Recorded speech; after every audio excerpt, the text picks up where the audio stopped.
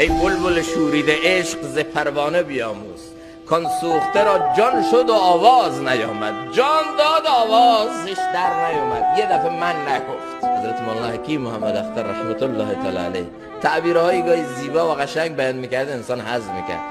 میفرمودن پروانه نماد عشق شده.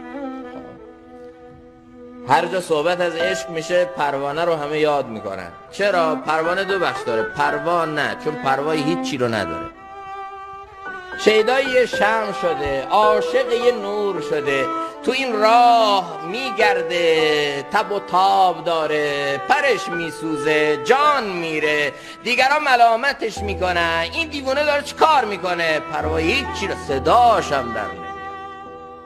ای بلبل شوریده عشق ز پروانه بیاموز، کان سوخته را جان شد و آواز نیامد. جان داد آوازش در نیامد.